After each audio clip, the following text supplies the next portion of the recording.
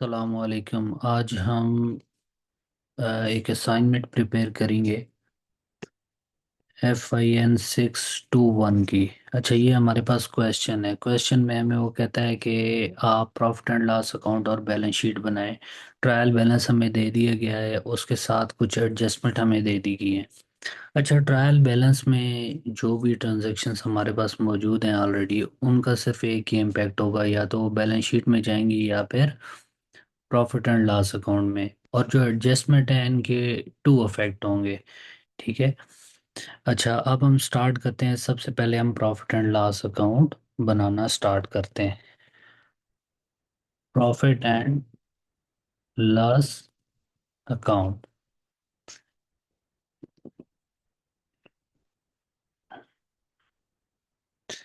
As on year ended March 31st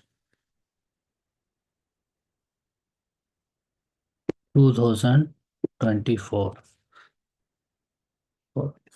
क्योंकि इसने हमें बोला है कि ट्रायल बैलेंस 31 मार्च 2024 तक दिया हुआ है, और आपने जो फाइनेंशियल स्टेटमेंट बनानी है वो भी March 24 तक बनानी है। अब जो फाइनेंशियल ईयर है इनका, वो 1 अप्रैल से स्टार्ट हो रहा है और 31 मार्च को एंड हो रहा है।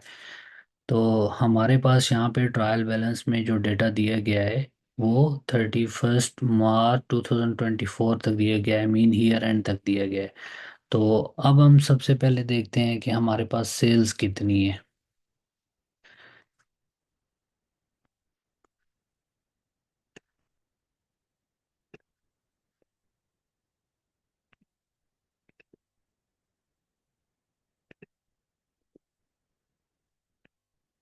मैं यहाँ एक्सेल पे कैलकुलेट कर रहा हूँ, आप इसको MS वर्ड के ऊपर बना लेना। ये हमारे पास सेल्स हैं।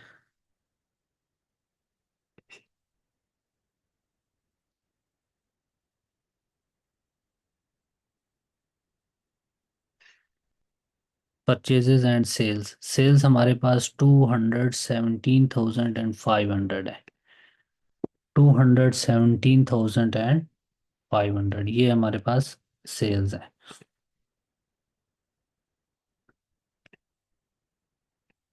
मैं इसको थोड़ा ऑर्गेनाइज कर लेता हूँ।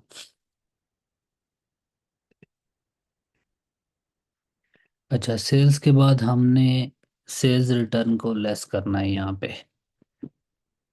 सेल्स रिटर्न, सेल्स रिटर्न हमारे पास कितनी है?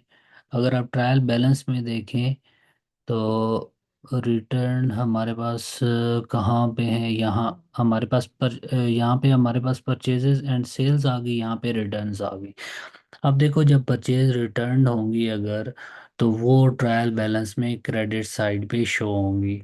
और अगर सेल रिटर्न होंगी तो वो ट्रायल बैलेंस में आपके पास डेबिट साइड पे शो होंगी, according to debit and credit rules के।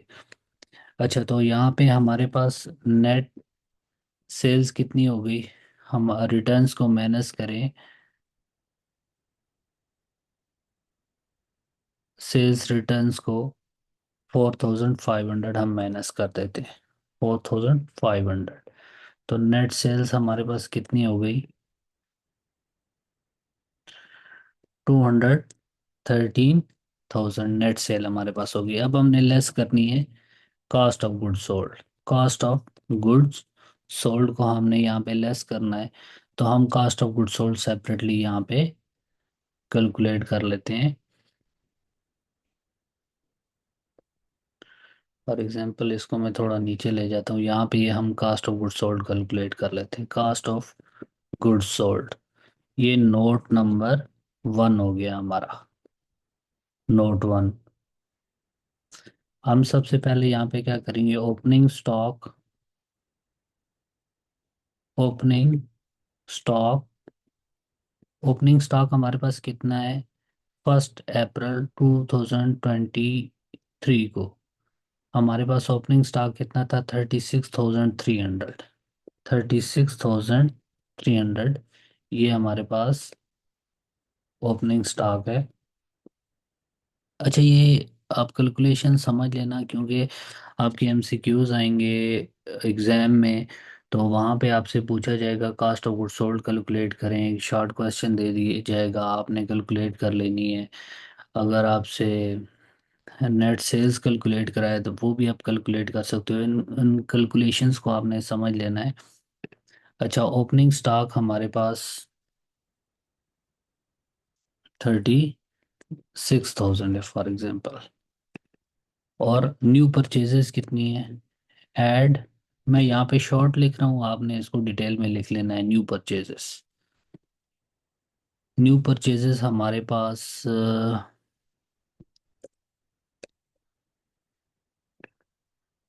144,000 है। 144,000 ये हमारे पास न्यू परचेजेस आ गई हैं।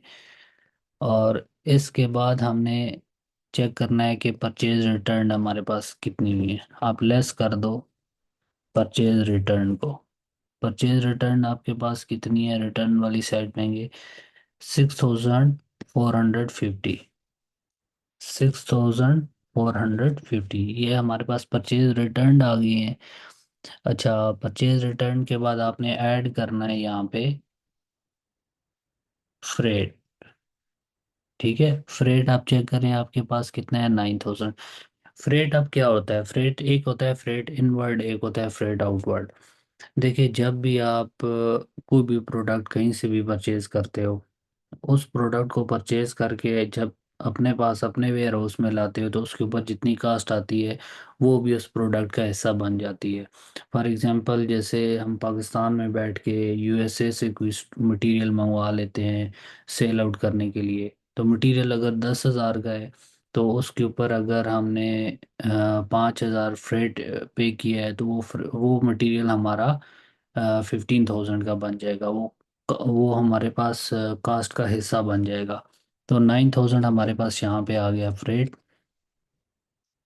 और अब हम लेस करेंगे क्लोजिंग स्टॉक। क्लोजिंग, यहाँ पे मैं शॉर्ट लिख देता हूँ, क्लोजिंग स्टॉक। तो क्लोजिंग स्टॉक हमारे पास एडजस्टमेंट में दिया गया है 31 मार्च को 45,600। 45,600। तो अब हमारे पास कास्ट ऑफ गुड सोल्ड आ जाएगी। कास्ट ऑफ गुड सोल्ड, तो ये हम कैलकुलेट कर लेते हैं यहाँ पे। ये हमारे पास कास्ट आ गई है 137,250। ये हमारे पास कास्ट ऑफ गुड सोल्ड आ गई है। उसने कहा है ना आपसे कि आप प्रॉपरली नोट्स बनाएं, तो हम यहाँ पे अपने पास नोट्स बना रहे हैं। ठीक है, तो यहाँ पे मैं लिंक कर देता हूँ कास्ट कास्ट को।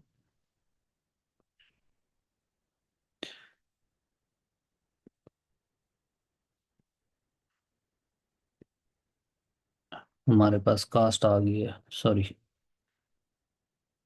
ये कास्ट हमारे पास आ गई है, और ये नोट हमारे पास आ गए, नोट नंबर 1। आपने इसी तरह इसको वर्ड पे रिकॉर्ड कर लेना है। मैं यहाँ जल्दी कैलकुलेट करने के लिए एक्सेल के ऊपर कर रहा हूँ। अच्छा, हमारे पास अब इसके बाद हमने कैलकुलेट करना है ग्रॉस प्रॉफिट को। ग्रॉस प्रॉफिट, तो सेल्स में से हमने लेस किया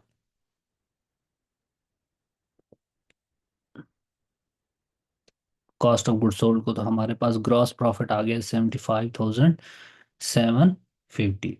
ये हमारे पास ग्रॉस प्रॉफिट आ गया। इसको मैं यहाँ से अंडरलाइन कर देता हूँ।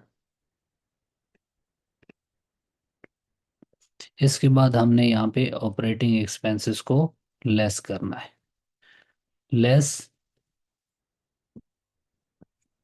Operating expenses. ऑपरेटिंग एक्सपेंसेस हमारे पास क्या क्या है, general and admin expenses. General and admin expenses. अच्छा, इसको हम सेपरेटली यहाँ पे कैलकुलेट कर लेते हैं। नोट 2 में, जी एन ए, एक्सपेंसेस। मैं यहाँ पे बिल्कुल शॉर्ट फॉर्म में लिख रहा हूँ, आप इसको प्रॉपरली वर्ड के ऊपर प्रिपेयर कर लेना। अच्छा, इसमें हमारे पास क्या क्या है, वेजेस हैं। ठीक है, यहाँ पे देखें, wages, trade expense, salaries, printing and stationeries, फिर बैड डेट, ये हम यहाँ पे कैलकुलेट कर लेते हैं। वेजेस हमारे पास कितनी है, 26,250। 26,250 वेजेस आ गई हमारे पास। उसके बाद ट्रेड एक्सपेंसेस, ट्रेड एक्सपेंसेस हमारे पास आ गए 8,625। अच्छा, ट्रेड एक्सपेंसेस के बाद सैलरीज आ गई हैं हमारे पास। सैलरीज हमारे पास कितनी है, 18,000। इसके बाद प्रिंटिंग एंड स्टेशनरी,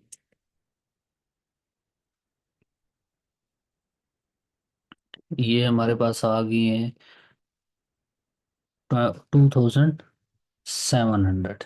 ठीक है, और ये टोटल हमारे पास कितने हो गए,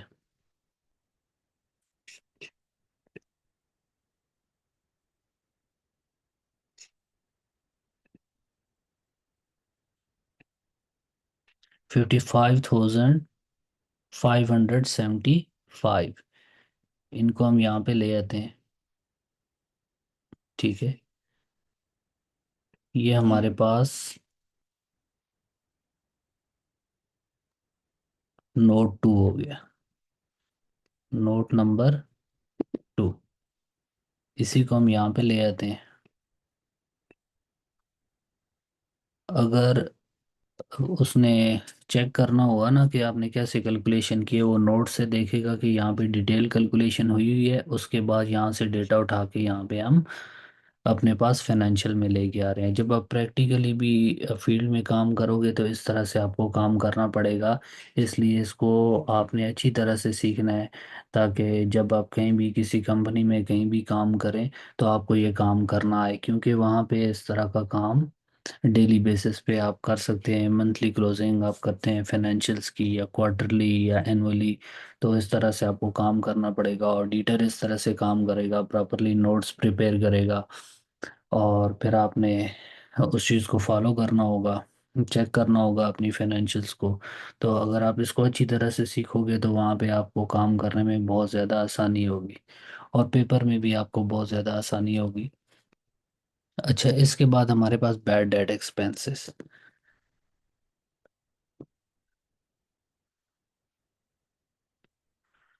अच्छा, बैड डेट एक्सपेंसेस वो एक्सपेंसेस होते हैं, फॉर एग्जांपल हम क्रेडिट बेसिस पे सेल्स कर रहे हैं कस्टमर्स को, और उसमें से कुछ कस्टमर ऐसे हैं जो हमें पैसे वापस अदा नहीं कर सकते। किसी कस्टमर की डेथ हो गई है, किसी के कोई इंसॉल्वेंट हो गया है, या कोई और ऐसा रीज़न है जिसकी वजह से कस्टमर हमें पैसे अदा नहीं कर सकता। हमें ये श्योर हो जाता है, उसके बाद हम बैड डेट की कैलकुलेशन कर लेते हैं कि ये हमारे बैड डेट हैं, ये रिकवर नहीं हो सकते। In case in future recover हो भी जाते हैं तो फिर हम उनको कंसिडर करेंगे कि ये बैड डेट हमारे रिकवर हुई हैं। तो हम इसका भी नोट बना लेते हैं, नोट नंबर 3 बैड डेट की कैलकुलेशन के लिए। अच्छा, इन बैड डेट का लिंक हमारे डेटर्स के साथ होगा। डेटर्स को हम अकाउंट रिसीवेबल भी कह सकते हैं। तो इसको मैं यहाँ पे कैलकुलेट कर लेता हूँ। नोट नोट नंबर 3,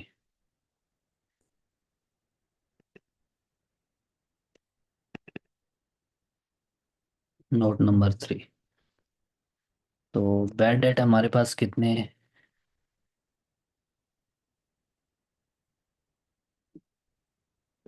हमारे पास कहाँ पे ये है बैड डेट, 4,500। 4,500 ये हमारे पास बैड डेट आ गए।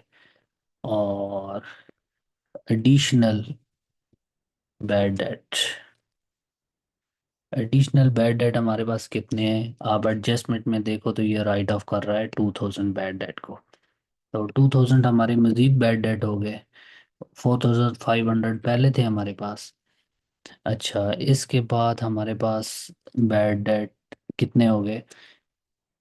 ठीक है, अच्छा इसको मैं एम्प्टी छोड़ देता हूँ, बाद में मैं आपको बताऊंगा यहाँ क्या करना है। Decrease bad debt.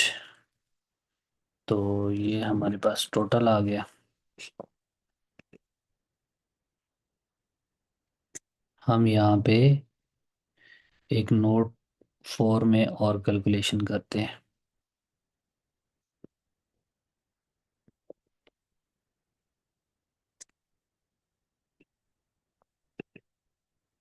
हमारे पास डेटर्स कितने थे? डेटर्स हमारे पास हैं 75,000। 75,000 डेटर आ गए हमारे पास। अच्छा, इसमें से राइट ऑफ हमने कितने किए? एडजस्टमेंट में आप देखें, राइट ऑफ हमने किए हैं 2,000। 2,000 राइट ऑफ कर दिए हमने।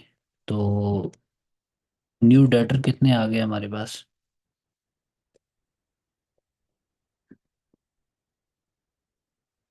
73,000 हमारे पास न्यू डेटर्स आ गए। और इसके ऊपर हमने प्रोविजन कैलकुलेट करनी है। प्रोविजन, आप न्यू प्रोविजन भी लिख सकते हैं इसको। न्यू प्रोविजन नाम से प्रोविजन हमारे पास कितनी है? 5% है ऑन डेटर्स। तो इसका हमारे पास 5% कितना हो गया? 3,650। तो प्रोविजन हमने कैलकुलेट कर ली। इसके बाद हमारे पास डेटर्स कितने आ जाएंगे?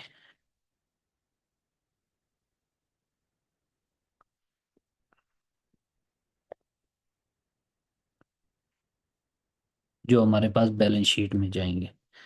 हमारे पास टोटल डाटा 75,000 थे। 2,000 राइट ऑफ हो गए और रिमेनिंग जो बचे उनके ऊपर अगेन हमने प्रोविजन कैलकुलेट कर ली कि हमारे पास 5% डाटाज ऐसे हैं जो हमें रिकवर नहीं हो सकते। हमने ये एज्यूम कर लिया है। तो हमने 5% प्रोविजन कैलकुलेट कर ली है।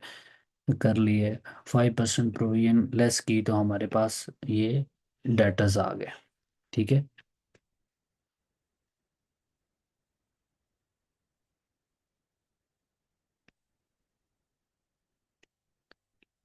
अच्छा, इसके बाद हम एक और कैलकुलेशन भी कर लेते हैं एडजस्टमेंट की। एडजस्टमेंट्स की। ये हम डेटर्स की एडजस्टमेंट कर लेते हैं। Adjustment on provision.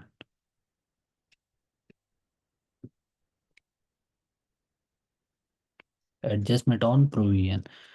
तो हमारे पास ओल्ड प्रोविजन कितनी थी?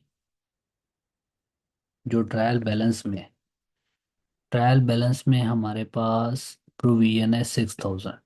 6,000 हमारे पास ट्रायल बैलेंस में प्रोविजन है। तो उस प्रोविजन को हम यहाँ पे लिख देंगे 6,000। इसके बाद हमारे पास जो रिक्वायर्ड है वो कितनी होनी चाहिए? रिक्वायर्ड प्रोविजन कितनी होनी चाहिए हमारे पास? ये जो हमने कैलकुलेट की है यहाँ पे न्यू प्रोविजन, ये हमें रिक्वायर्ड है। पहले कितनी थी? 6,000। मीन हमने ज़्यादा कैलकुलेट करके पहले रखी हुई है। पहले 6,000 थी, लेकिन अभी हीयर एंड हुआ है, प्रोविजन चेंज हो गई है। अभी हमें 6,000 रिक्वायर्ड नहीं है, अभी हमें 3,650 प्रोविजन रिक्वायर्ड है। इसलिए हम इसके एडजस्टमेंट करेंगे। तो डिक्रीज कितनी हो जाएगी हमारे पास प्रोविजन? डिक्रीज प्रोविजन हमारे पास 2,350। इतने से हमारी प्रोविजन डिक्रीज होगी। मीन अब हमने ये प्रोविजन अपने पास रखनी है 3,650। 600 हमने नहीं रखनी, उसमें चेंजेस आ जाएंगी।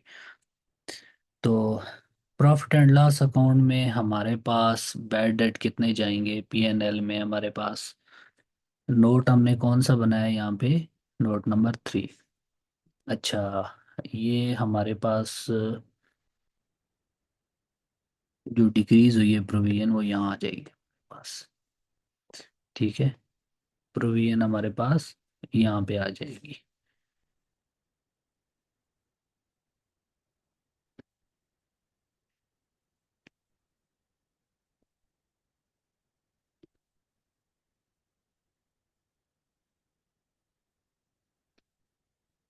इसको मैं यहाँ पे लिंक कर देता हूँ।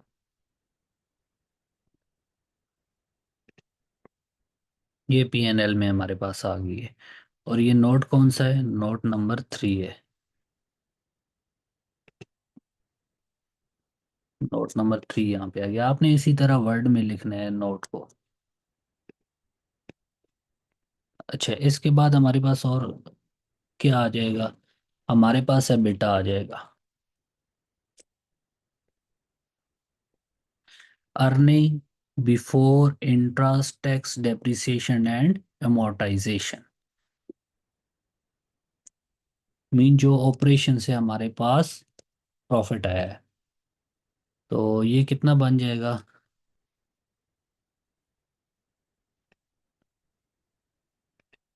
इसको मैं माइनस में लिख देता हूँ।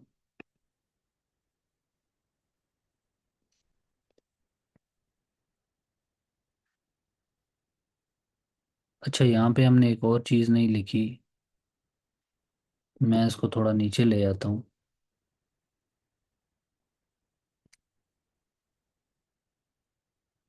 Other revenue.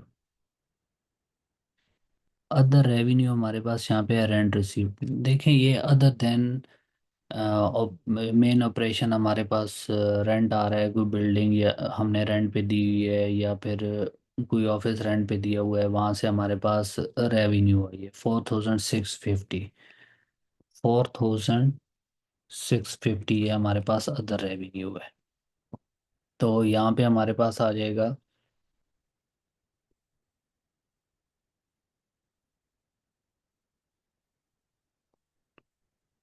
Profit after other revenue. तो ये हमारे पास कितना बन जाएगा?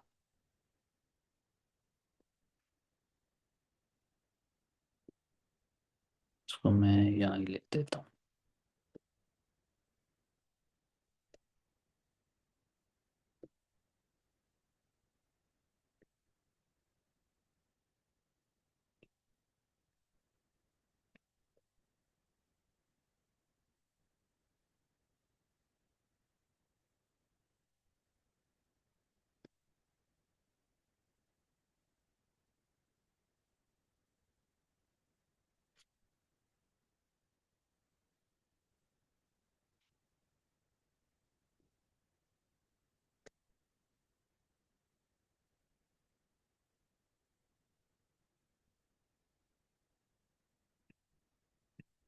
अच्छा, इसके बाद हमारे पास देखें कि जो earning before interest tax and depreciation and amortization हमारे पास आई है 16,025। अच्छा, यहाँ पे साथ में कैलकुलेट भी कर रहा हूँ, इसलिए थोड़ी सी एक्सप्लेनेशन डिटेल में बहुत ज़्यादा मैं नहीं दे पा रहा, क्योंकि वीडियो बहुत लंबी हो जाएगी और थोड़ा टाइम लेगी ये। वैसे अगर डिटेल में आप देखें तो डेप्रिसिएशन एंड amortization को भी आपको सेपरेटली समझना पड़ेगा, ताकि हर स्टेप आप प्रॉफिट एंड लॉस अकाउंट का अच्छी तरह से अंडरस्टैंड कर सके। इसके बाद हमारे पास डेप्रिसिएशन है, less depreciation expense. Depreciation expense, हम डेप्रिसिएशन का यहाँ पे नोट बना लेते हैं। नोट में हम डेप्रिसिएशन को कैलकुलेट करके उसके बाद पीएनएल में लिख देंगे। अगर डायरेक्टली यहाँ पे हम लिखना शुरू कर दें तो पीएनएल हमारा बहुत ज़्यादा लॉन्ग बन जाएगा, प्रेजेंटेशन उसकी अच्छी शो नहीं होगी। मीन डिटेल में तो शो होगा, हमें एक एक चीज़ का पता चलेगा, लेकिन हम मोस्टली सेपरेट नोट्स बना लेते हैं ताकि हम थोड़ा सा कंसाइज कर लें अपने प्रॉफिट एंड लॉस अकाउंट की प्रेजेंटेशन को। तो यहाँ पे डेप्रिसिएशन का नोट हम बनाते हैं। नोट नंबर 5 कर लेते हैं। Note 5, depreciation. तो डेप्रिसिएशन हमारे पास एसेट कौन कौन से हैं? डेप्रिसिएशन यहाँ पे हमारे पास नोट दिया होगा, चार depreciation on machinery 10% and on building 2%। Building के ऊपर 2% करना है और मशीनरी के ऊपर 10%। Mean only to fix asset के ऊपर हमने डेप्रिसिएशन कैलकुलेट करनी है।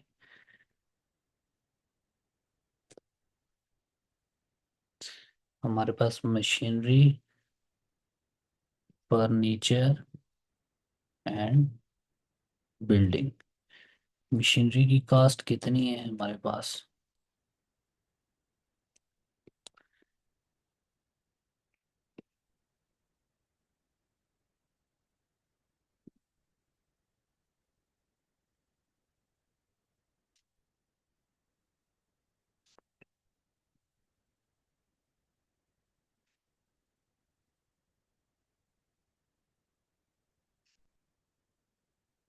इसको मैं यहीं पे रख लेता हूँ।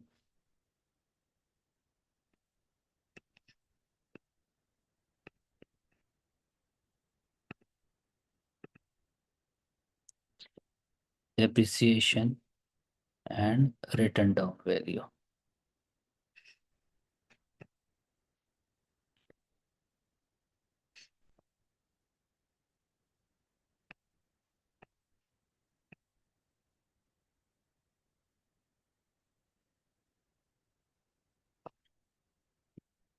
Return down value.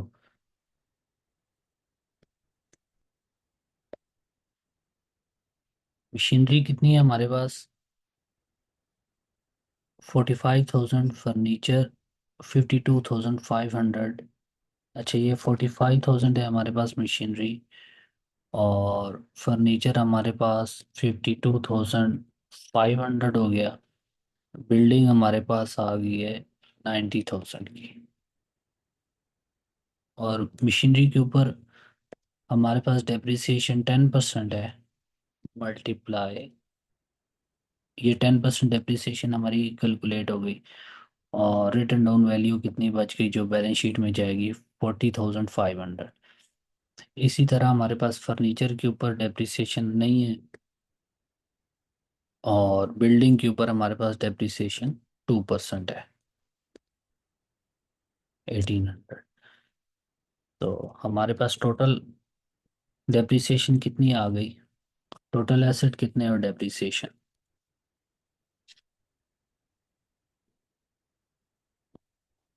हमारे टोटल एसेट बन गए 187,500, लेकिन रिटर्न डाउन वैल्यू हमारे पास बैलेंस शीट में जाएगी 181,200।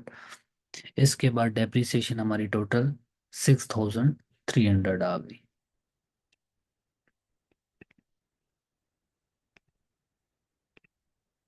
अच्छा, हम डेप्रिसिएशन को यहाँ पे ले आएंगे, 6,300। ये नोट कौन सा है हमारे पास? नोट नंबर 5 है।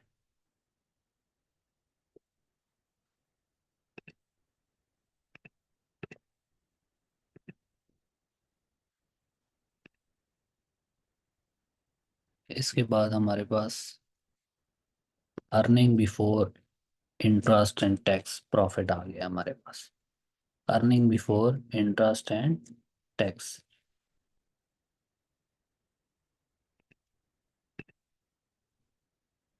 एबिटा माइनस डेप्रिसिएशन, 9,725 हमारे पास आ गया।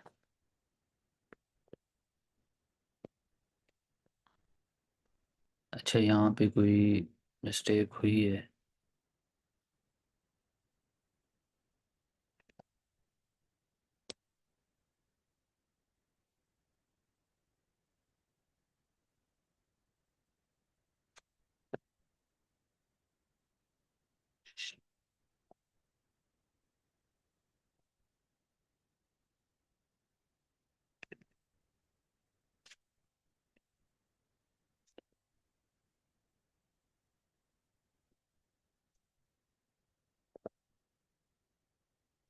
20,675 है ये हमारे पास।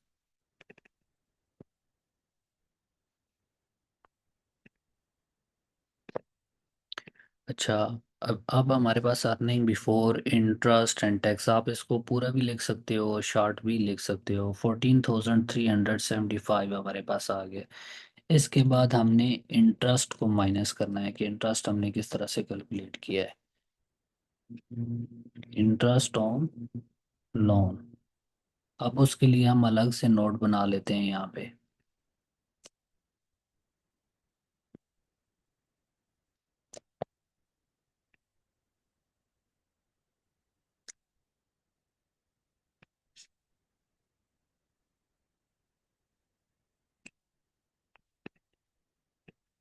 Note number 6।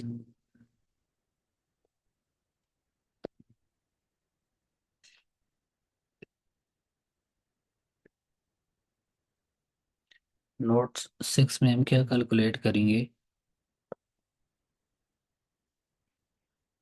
Interest on loan.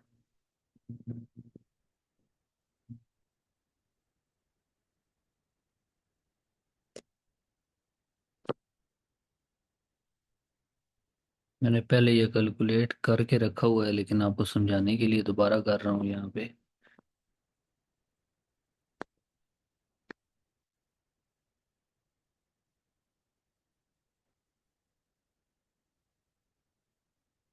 अच्छा, इंटरेस्ट को मैं शॉर्ट लिख देता हूँ। लोन हमने लिया था 1 अक्टूबर को। लोन कितना हमने लिया है?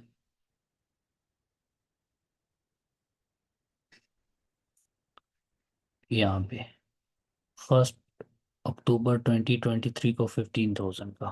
15,000 हमारे पास लोन आ गया। अच्छा, इसके बाद हमने इसके ऊपर इंटरेस्ट कैलकुलेट करना है। इंटरेस्ट 6 मंथ का हमने कैलकुलेट करना है।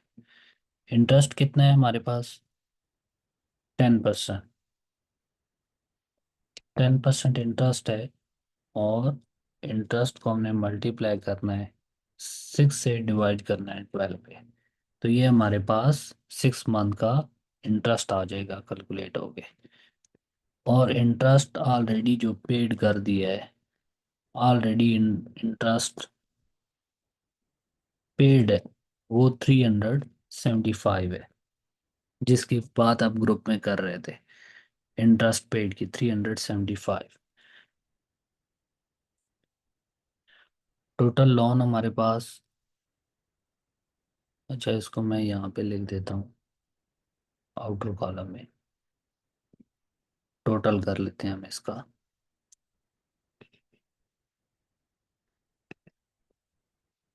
ये लोन है और ये हमारे पास इंटरेस्ट है। इंटरेस्ट जो पे हुआ है टोटल, वो ये हमारे पास आ गया पीएनएल में। ठीक है। और अब हमारे पास यहाँ पे कैलकुलेट आ गई है अर्निंग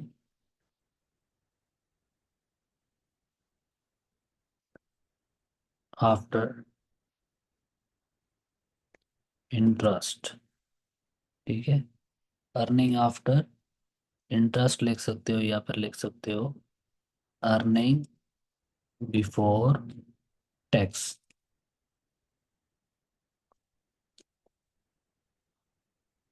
ये आपकी अर्निंग बिफोर टैक्स आ गई। अब आप देखते हो कि आपका टैक्स कितना है। टैक्स आपके पास है ही नहीं, तो ये नेट प्रॉफिट आ गया। अर्निंग आफ्टर टैक्स, इसको नेट प्रॉफिट भी लिख सकते हो आप।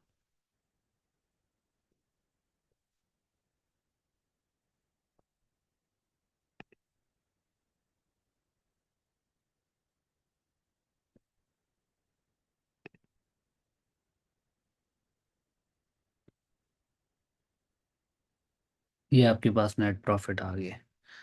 आपका प्रॉफिट एंड लॉस अकाउंट बन चुका है यहाँ पे, आप देख सकते हो। इसको थोड़ा मैं जूम कर देता हूँ, आप क्लियरली इसको देख लो। ये आपका प्रॉफिट एंड लॉस अकाउंट है। ठीक है, आपने साथ नोट्स लाजमी लिखने हैं यहाँ पे। मैं लिखना भूल गया हूँ नोट। नोट नंबर 6 था हमारे पास, क्योंकि उसने असाइनमेंट में मेंशन किया हुआ है कि आपने नोट्स प्रॉपरली बनाने हैं। ये 6 नोट बन गए। अब देखिए, आपका पीएनएल प्रिपेयर हो गया। बाकी आपकी बैलेंस शीट के लिए भी 7 नोट्स में कैलकुलेशन हो गई है। अब हम बैलेंस शीट भी बना सकते हैं। तो बैलेंस शीट में इतना टाइम नहीं लगेगा।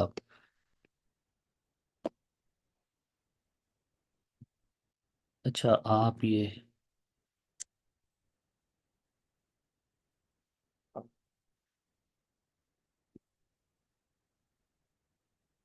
आपने इसको प्रॉपरली ऑर्गेनाइज करना है।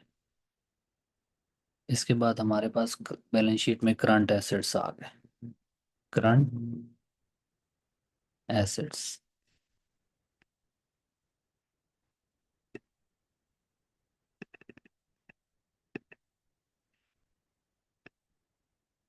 इसको मैं यहाँ अपने पास ले आता हूँ।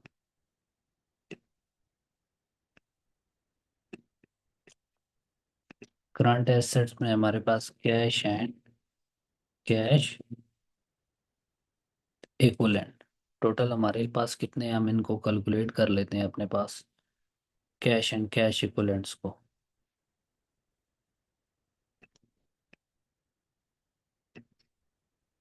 यहाँ पे नोट 7 हम बना लेते हैं अपने पास।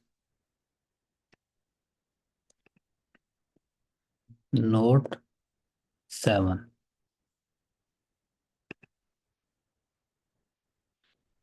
Cash and cash equivalent. हमारे पास कितना है, कैश इन हैंड कितना है, कैश हमारे पास है 6,000, और कैश एट बैंक हमारे पास कितना है, कैश एट बैंक हमारे पास है 19,350, 19,350। ये हमारे पास कैश एट बैंक है। ठीक है, तो टोटल हमारे पास ये कितने हो गए, इन दोनों का टोटल ले लेते हैं हम। आपने इस असाइनमेंट को कॉपी पेस्ट नहीं करना है, इस वीडियो को अच्छी तरह से देखो, 2-3 दफ़ा देखो, ताकि आपके कॉन्सेप्ट क्लियर हो, पेपर की तैयारी भी हो जाए आपकी, एमसीक्यूज़ भी आपके प्रिपेयर हो जाएं। एमसीक्यूज़ के साथ हो सकता है कि सब्जेक्टिव में कोई ऐसा कैलकुलेशन वाला क्वेश्चन आ जाए, वो आप सॉल्व कर लो। इसलिए आपने इसको अच्छी तरह से अंडरस्टैंड करना है, और फिर अब देखो प्रैक्टिकली भी इसी तरह से एक्सेल के ऊपर काम हो रहे हैं कंपनीज में, वहाँ पे कैलकुलेशंस हो रही हैं, फाइनेंशियल्स बन रही हैं। तो थोड़ा सा इससे एडवांस भी जाता है, लेकिन आप ये सीखोगे तो आपको बहुत ज़्यादा हेल्प होगी होगी प्रैक्टिकली भी काम करने में।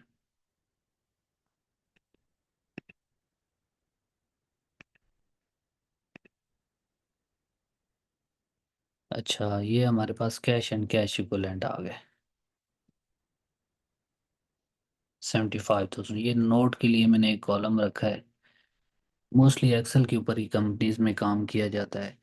ये तो असाइनमेंट है जो एमएस वर्ड के ऊपर बनवाई जा रही है। ठीक है,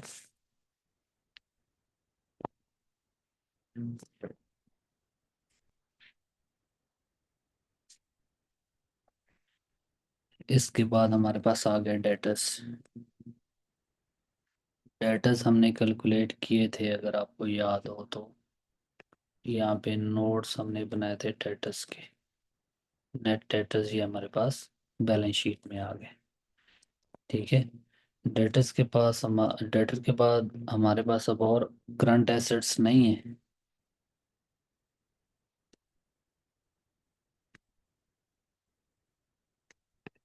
तो ये हमारे पास टोटल करंट एसेट आ गए। ठीक है, अच्छा एक और भी हमारे पास है यहाँ पे, अगर यहाँ पे देखें आप तो एडजस्टमेंट में, एडजस्टमेंट किधर गई है, ये है हमारे पास एडजस्टमेंट। एडजस्टमेंट आप देखें तो यहाँ पे स्टॉक है हमारे पास, क्लोजिंग स्टॉक हमारा करंट एसेट होता है 45,600। ये हमारे पास यहाँ पे आ जाएगा क्लोजिंग स्टॉक।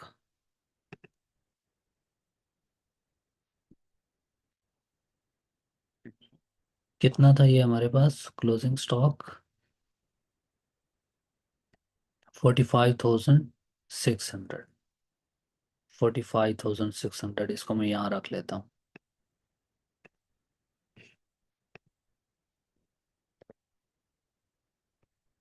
45,600, ये क्लोजिंग है, ये हमारे पास करंट एसेट आ गए।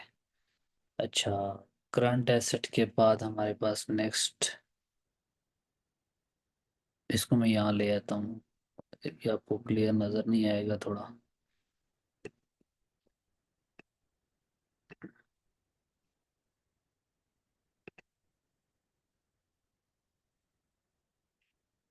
अच्छा जी, इसके बाद हमारे पास आ जाएंगे फिक्स एसेट्स। फिक्स्ड एसेट्स,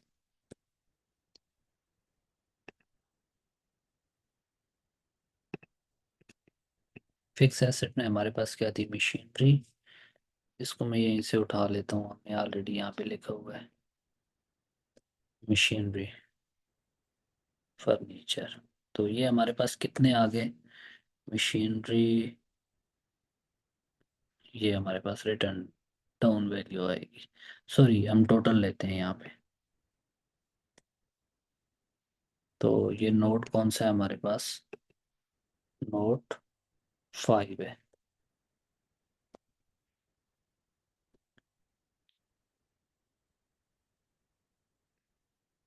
बल्कि मैं एक ही लिख देता हूँ यहाँ पे, इन बाकियों को यहाँ से मैं हटा देता हूँ,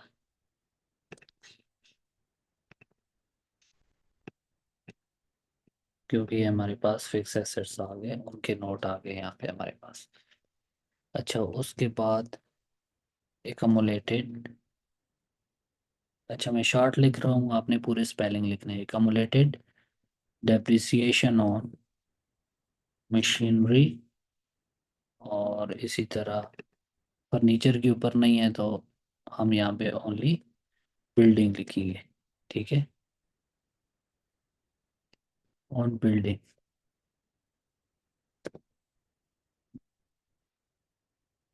हमारे पास कितनी है डेप्रिसिएशन? मशीनरी के ऊपर ये आ गई हमारे पास, और बिल्डिंग के ऊपर ये हमारे पास आ गए। तो टोटल फिक्स एसेट्स हमारे पास कितने हो गए?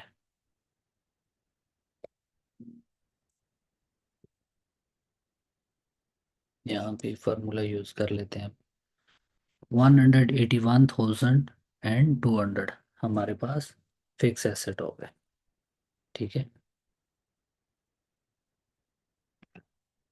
और डेप्रिसिएशन का भी नोट हमारे पास सेम यही है। ठीक है, यही नोट है हमारे पास। आप यहाँ पे नीचे भी लिख सकते हैं ऐसे। अच्छा, इसके बाद हम टोटल एसेट देखते हैं कितने बन गए। Total assets, fix plus current. तो ये हमारे पास, मैं इसको ये वाला फॉर्मूला दे देता हूँ। ठीक है, total current assets plus total fix assets. तो ये हमारे पास टोटल एसेट बन गया 321,500। इसके बाद हम लाइबिलिटीज़ की तरफ जाते हैं। Current liabilities, current liabilities. तो ये हमारे पास कितनी है? कितनी है करंट लाइबिलिटीज़? इसमें हमारे पास क्रेडिटर्स हैं यहाँ पे। अब यहाँ पे देखें अगर, तो हमारे पास डेटर्स एंड क्रेडिटर्स थे, यहाँ है हमारे पास डेटर्स एंड क्रेडिटर्स। क्रेडिटर्स 60,000 है, ये हमारे पास करंट लाइबिलिटी है क्योंकि हमने क्रेडिट पे परचेजेस की हैं। क्रेडिटर्स 60,000। ठीक है, ये हमारे पास आ गए। इसके बाद interest payable, interest payable on loan. कितना पेएबल था जो हमने 6 मंथ का कैलकुलेट किया था? कहाँ पे हमने कैलकुलेट किया था? ये वाला, ये हमारे पास क्या है? पेएबल है। इसका नोट नंबर कौन सा है? 6 है। ये पेएबल है, और इसका नोट नंबर 6 है हमारे पास। आपने डिटेल देखनी हो तो नोट्स में जाके आप देख सकते हो कि ये कैसे आया हमारे पास यहाँ पे। तो ये टोटल हमारे पास करंट लाइबिलिटीज आ गई हैं।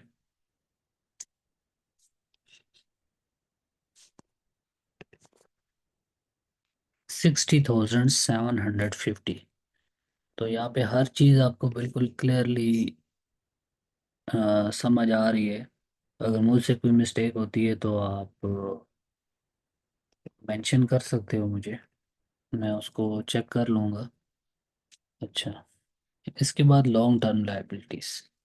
Long term liabilities, long term liabilities में हमारे पास क्या क्या है? लोन है हमारे पास। लोन कितना था? लोन हमारे पास 15,000 था। यहाँ पे इसको मैं यहाँ से उठा लेता हूँ। हमने नोट्स ऑलरेडी बनाए थे लोन के। ये हमारे पास टोटल लोन, नोट नंबर 6 है ये। इसका भी 6 ही है।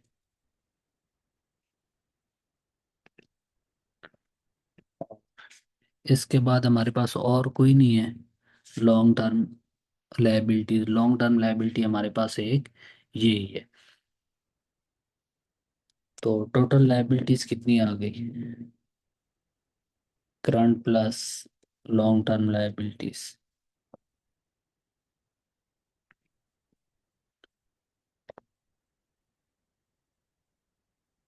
75,750 हमारे पास टोटल लायबिलिटीज आ गई है।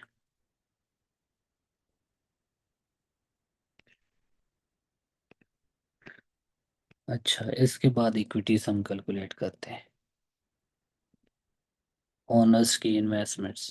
तो कैपिटल हमारे पास कितना है?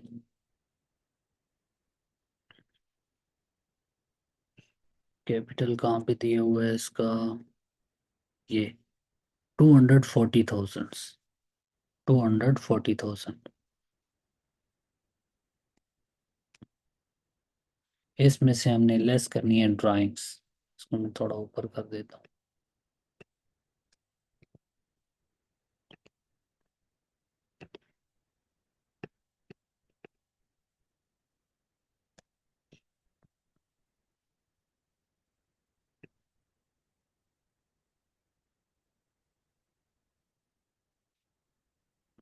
ड्राइंग्स, ड्राइंग्स हमारे पास कितनी है? 705,000 ड्राइंग्स। हम कहते हैं कि फॉर एग्जांपल ओनर अगर अपने पर्सनल यूज़ के लिए बिजनेस से पैसा उठा ले, या पर्सनल यूज़ के लिए कोई मटेरियल ले ले, कोई भी चीज़ बिजनेस से ले ले, वो ड्राइंग्स होगी, क्योंकि उसने वो पर्सनल यूज़ के लिए लिया है, इसलिए उसका जो कैपिटल है वो डिक्रीज हो जाएगा। इसको हम एक्सपेंस कंसिडर नहीं कर सकते, ठीक है? क्योंकि इसका लिंक हमारे ऑपरेशन के साथ नहीं है, इसका लिंक हमारी इन्वेस्टमेंट्स के साथ है, जो इन्वेस्टमेंट ओनर्स यहाँ से बिजनेस से ले रहा है पर्सनल यूज़ के लिए। तो ड्राइंग्स हमारे पास नेट नेट इक्विटी। अच्छा, इसके बाद हमारे पास यहाँ पे कहते हैं करंट पीरियड का प्रॉफिट ऐड कर लेते हैं। Current net profit. तो करंट नेट प्रॉफिट हमारे पास कितना है, हमने ऊपर कैलकुलेट किया है।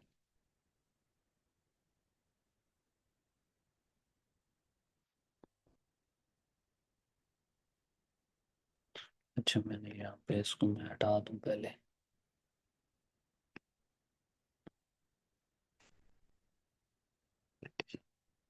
ये हमारे पास है 24 रो में।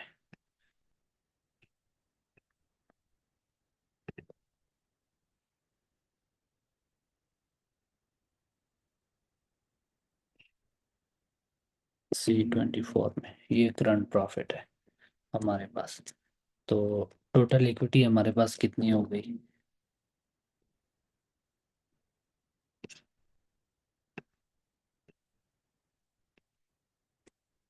$245,750, ये हमारे पास टोटल इक्विटी आ गई है।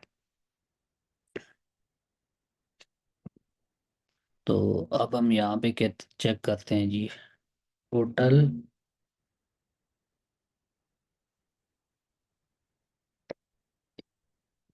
Equity plus liability.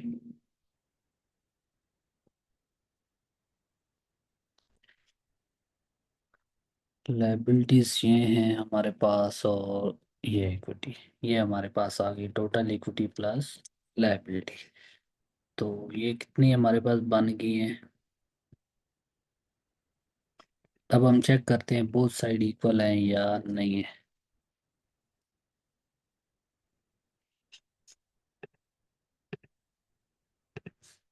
हम चेक कर लेते हैं अपने पास। ये हमारे पास थे जी टोटल एसेट्स, ये total equity and liability.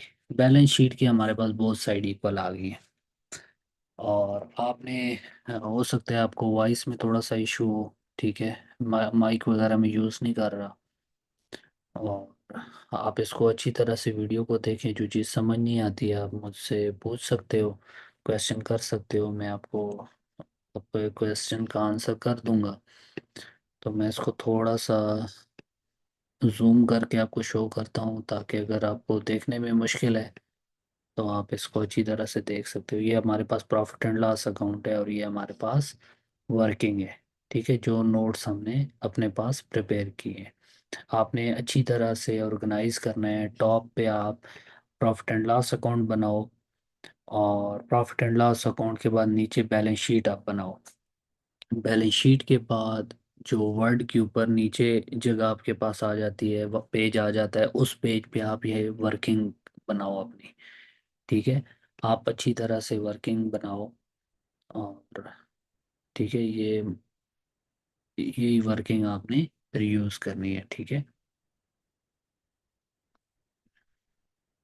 Note 1 बना लो, note 2, note 3, note 4, note 5 onward आप एक सीक्वेंस के साथ अच्छी तरह से नोट्स बनाओ, ताकि जो आपका टीचर है जिसको आपने सबमिट करनी है असाइनमेंट, जब वो देखेगा ना पीएनएल को, उसको डिटेल चाहिए होगी कास्ट ऑफ गुड सोल्ड की, वो नोट 1 में चला जाएगा। उसको जीएनए की डिटेल चाहिए होगी, नोट 2 में चला जाएगा। ठीक है, उसको पता चलेगा कि ये जो जिसने असाइनमेंट बनाई है, इसको अच्छी तरह से आइडिया है फाइनेंशियल्स प्रिपेयर करने का। तो उसको भी ये चीज़ अच्छी लगेगी और आपको भी सीखने में हेल्प मिलेगी। मैं बार बार रिपीट कर रहा हूँ, इसको अच्छी तरह से अगर पूरा समझ लिया आपने असाइनमेंट को, तो एक तो पेपर में भी हेल्प मिलेगी, और दूसरा ये है कि प्रैक्टिकल फील्ड में भी काम करने में आपको आसानी होगी। तो ये बैलेंस शीट में मैं शो कर देता हूँ आपको। ये हमारे पास बैलेंस शीट है। ठीक है,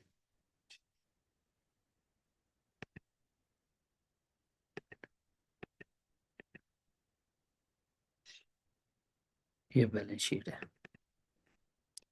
बैलेंस शीट की एसेट साइड और ये लायबिलिटी साइड। अपनी दुआओं में याद रखिएगा। कोई क्वेश्चन हो तो आप मुझसे कमेंट में पूछ सकते हैं। अस्सलाम वालेकुम।